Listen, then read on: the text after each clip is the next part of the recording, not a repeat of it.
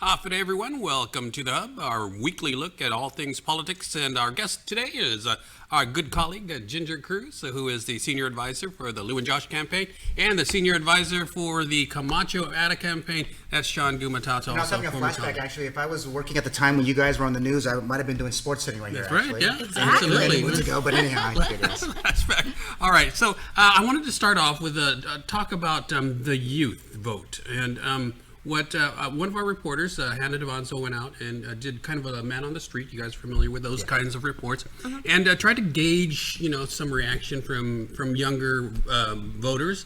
And what she found was kind of a mix. Some were, very much into politics and did indicate that they would be voting, but many others kind of were ambivalent towards the election. And I want to get your take on the youth vote, because I know, Ginger, you've crunched some numbers and found that it's actually very low compared to, what it was maybe 20 years ago. So let me start with you. What do you? How would you assess the current youth vote? Well, I think it's a reflection of the youth in general. And I wouldn't even say youth so much as, sort of the 18 to 35-year-olds. I mean, young professionals in, getting to be in the prime of their career that are generally less engaged in elections. And I think it's not just elections. I think it's in government as a whole. It is sort of a jaded perception of politics.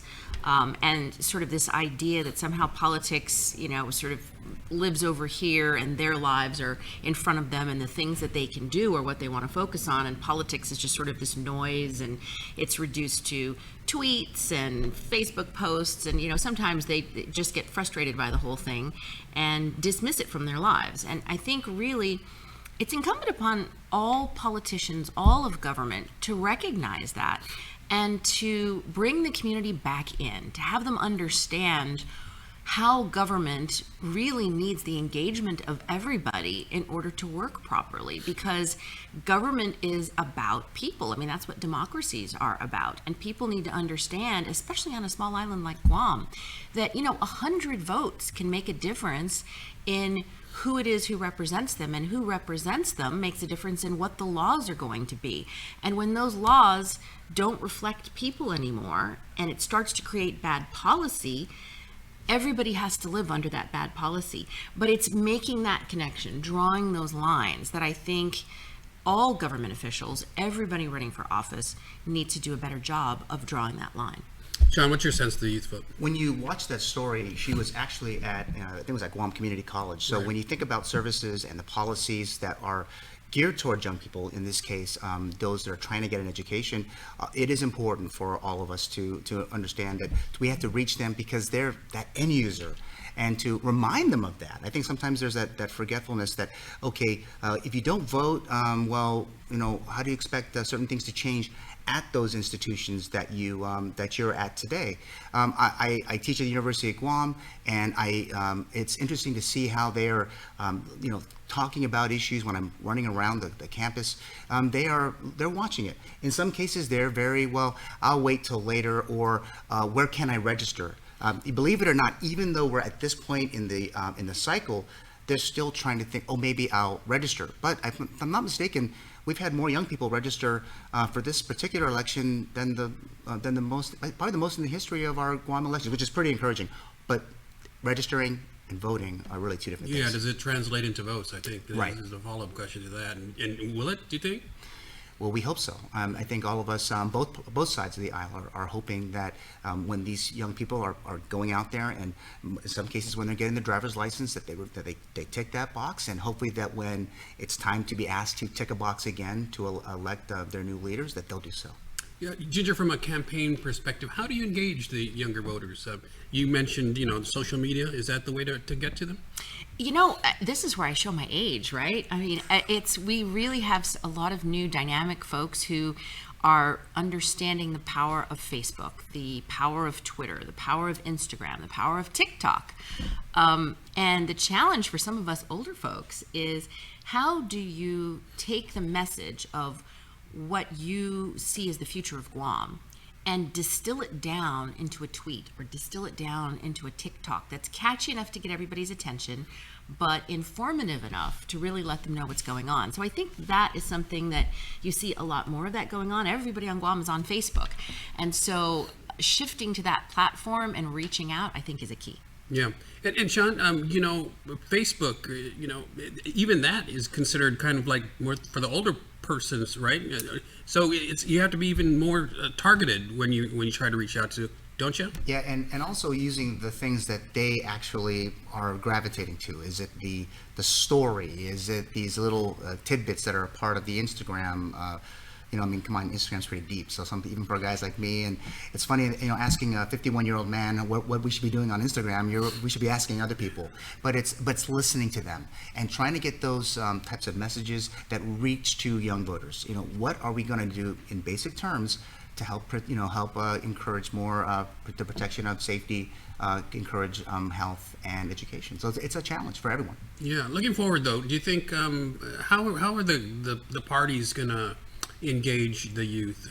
Because you got to fill your bench, right? You got to constantly going forward, for the success of the party and your policies and your principles and your positions. You need to have people coming up the ranks too, right? That's true. How are you going to do that? Well, on the Democratic side, in the party, we've got some very young candidates, and I think that is something that really is sort of energizing our base. So when we have sort of the Democratic get-togethers, some of our really young candidates, take Roy Kineta, for example. You've got the youth that are stepping up, they're looking at public service, and I think that is one of the first things that re-engages the younger voters, is when they see more people like them that are running for office. And having that balance, you want the experience, you want people that are older, but you also want that the more youthful perspective. I think the Lieutenant Governor, Josh Tenorio, brings that younger perspective along with the experience of Lilian Guerrero. So I think throughout the party, having role models, having people who have that perspective of the younger voters is key. Yeah, Sean, do party officials need to pay more interest into filling that bench behind them? Yeah, well, it's interesting. Over the cycle, we've done different events. We're not doing the old Pala Pala circuit kind of thing. We've been doing these Monday night mixes, bringing out food trucks and music, and kind of looking to reach to those younger voters to register to vote, using these activities that are becoming more normal for them as part of their daily lives as either high school seniors or college students, and being right there and then asking them if they're registered and to take and to think about it, and also showing them that in our case of our party, that we're very small business oriented and we want to continue to encourage that. But it's those types of activities that it's just changing it a little bit different, because they're used to the days of past and all the big bling bling across the villages, but it's changing now, and we have to change with the way that the community is changing, especially in these election cycles.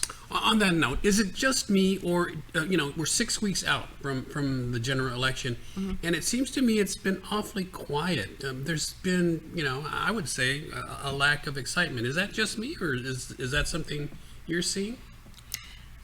I don't know that it's a lack of excitement as much as, from our perspective, with the information available to everybody, the cycles that you used to have, let's say 20 years ago, where there was a lot of, advertising pushed out and you had to do a lot of specific things. I think nowadays people who are voting can pull that information.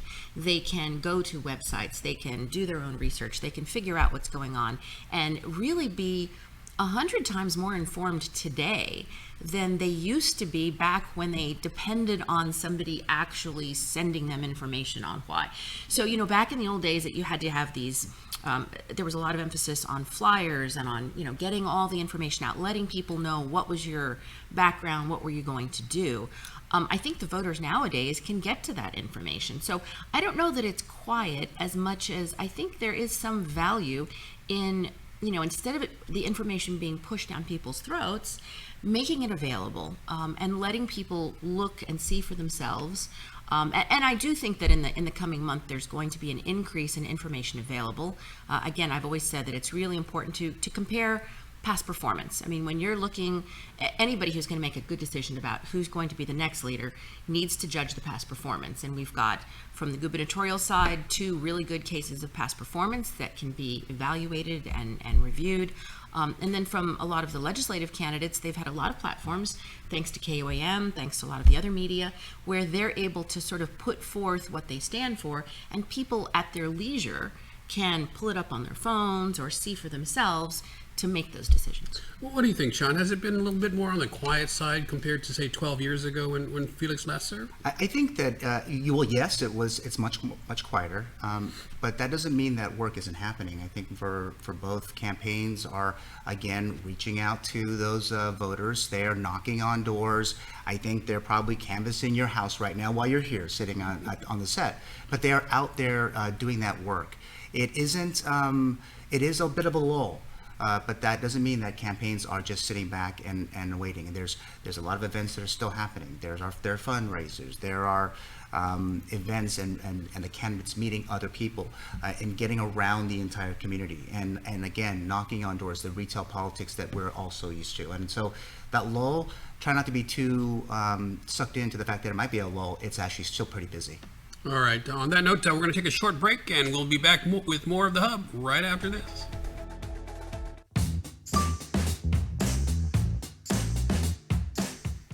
All right, I just want to continue with that. One more point on that theme, just the lack of excitement.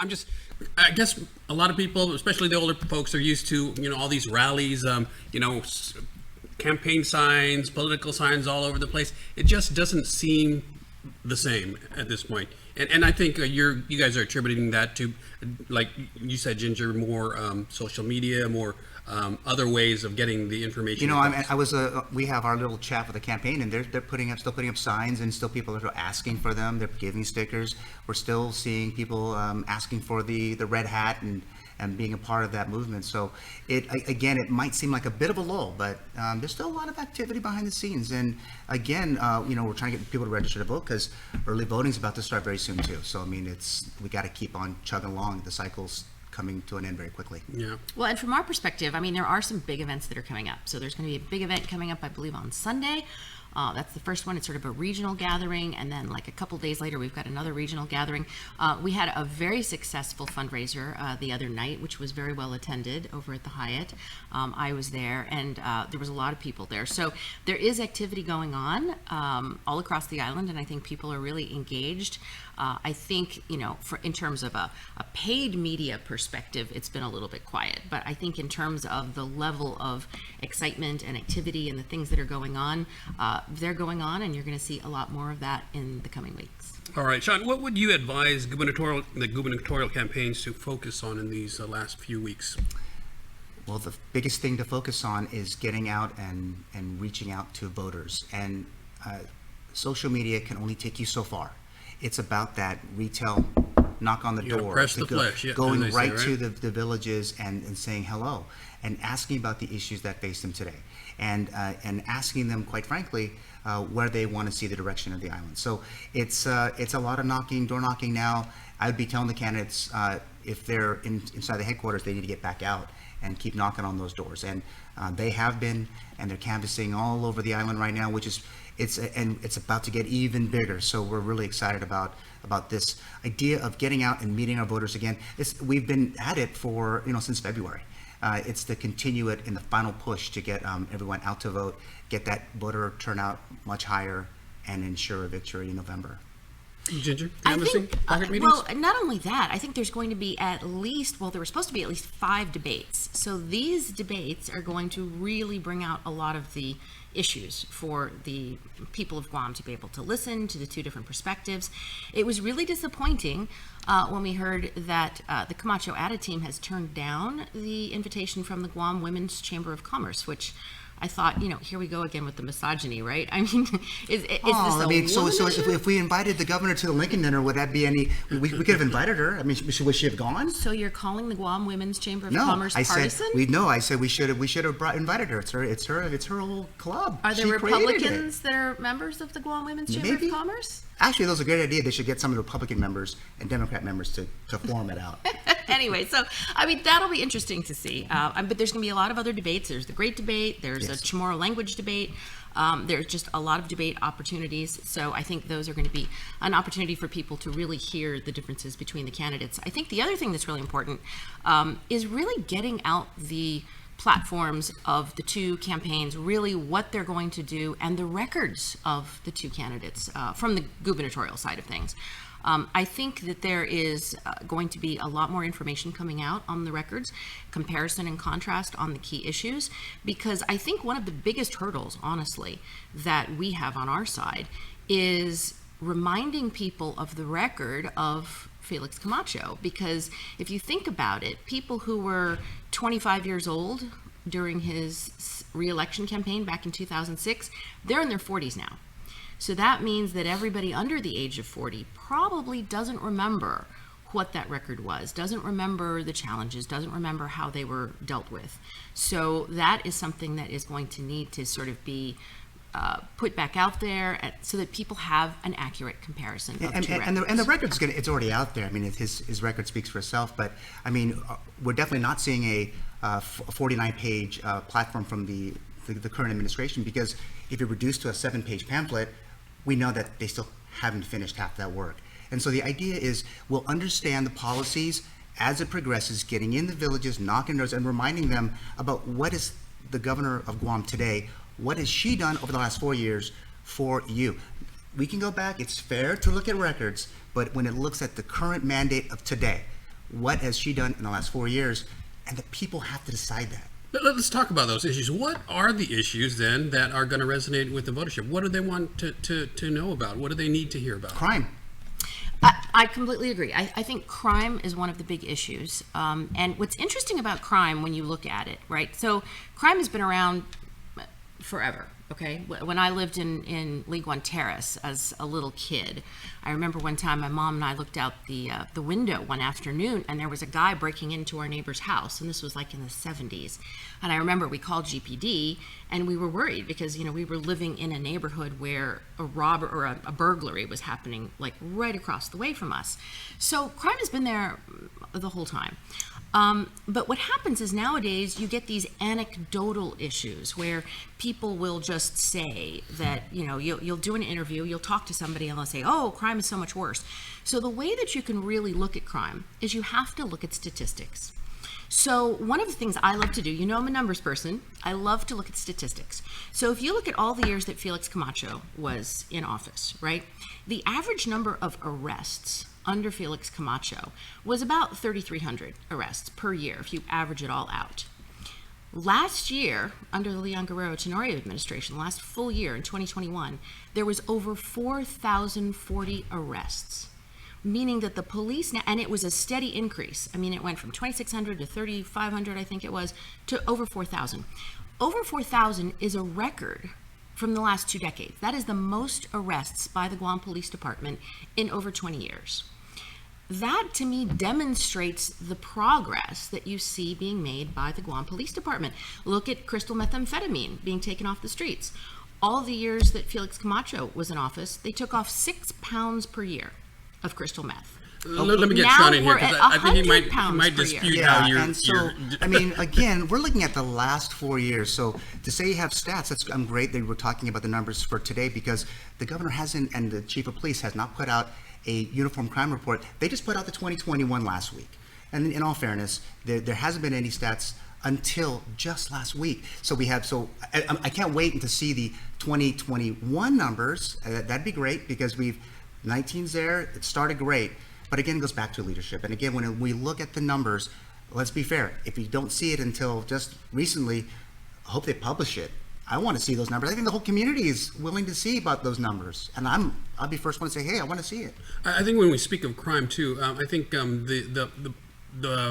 what's creating most of the crime, a lot of people argue, is drugs. So that is kind of the root of the problem. Absolutely. We're all probably in agreement on that, right? Absolutely. Yeah. And I think they're looking at the price of drugs and what people are doing about it. And also, it's opportunity. If there's no opportunity, then it makes it very difficult for people they feel that they can't make ends meet. So resorting to some really bad things. Yeah. Well, I would point people to the editorial today that came out from the head of police, the head of customs, and behavioral health, where they're talking about the record and the numbers. And, the thing that's really interesting, people talk about, Camacho really didn't have anything he could point to during his term, so he points to the Mandania Task Force, which was really during the Calvo administration. And if you look at the Mandania Task Force, which was around for 2 years, they confiscated like 1.5 pounds of meth 1 year and less than 1 pound of meth another year. The current administration has taken over 100 pounds of meth off the streets. They initiated a program at the post office, which was their task force, because that's where most of it comes in. It doesn't come in through the airport. I mean, you can't even get like a bottle of water through the airport. Of course, drugs are not going to come in through the airport. It's at the post office. So the effectiveness of the Mandania Task Force was like 1 pound of meth. And you look at the effectiveness of the current police and customs department, who in 2021 took off 195 pounds of meth off the streets. And this year they're almost at 100 pounds. And that was in the editorial today that I read. So when you look at results, and by the way, the Uniform Crime Report, it always comes out this time of year. It's standard. I mean, it's there. If you go back, you can see all of them. They're online. So the 2020 numbers come out in 2022, but also, I mean, it's not just that. It's the idea that when we think about the last 4 years, that was another governor. And again, this election today that's about to happen is about the mandate of Lou Leon Guerrero. She is the one who's the current governor of Guam, and this community is looking at her record. You can look at Felix's. It's a big one. He built school. He built police stations. He bought just the same amount of police cars in his 8 years. He did way more than the current administration. But let's look at what happened, over the last 4 years. That's the biggest consideration for all of us. All right, got to take another quick break, and we'll be back right after this. Stay with us.